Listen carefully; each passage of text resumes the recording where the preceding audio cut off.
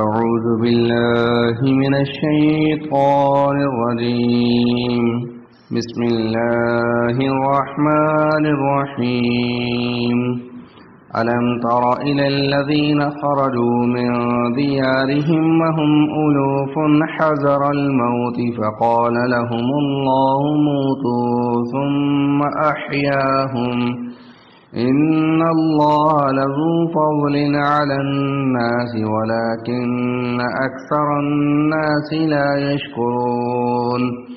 وقاتلوا في سبيل الله واعلموا أن الله سميع عليم.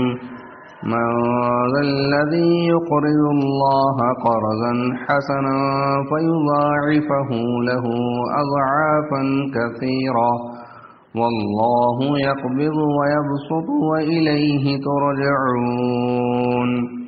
ألم تر إلى الملأ من بني إسرائيل من بعد موسى إذ قالوا لنبي له ابعث لنا ملكا نقاتل في سبيل الله قال هل عسيتم إن كتب عليكم القتال ألا تقاتلوا قالوا وما لنا ألا نقاتل في سبيل الله وقد أخرجنا من ديارنا وأبنائنا فلما كتب عليهم القتال تولوا إلا قليلا منهم والله عليم بالظالمين. وقال لهم نبيهم إن الله قد بعث لكم طالوت ملكا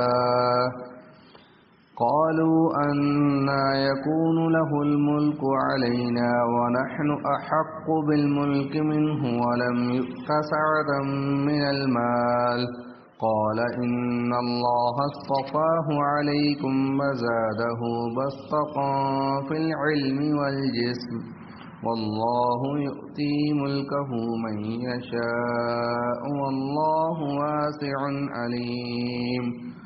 وقال لهم نبيهم إن آية ملكه أن يأتيكم التابوت فيه سكينة من ربكم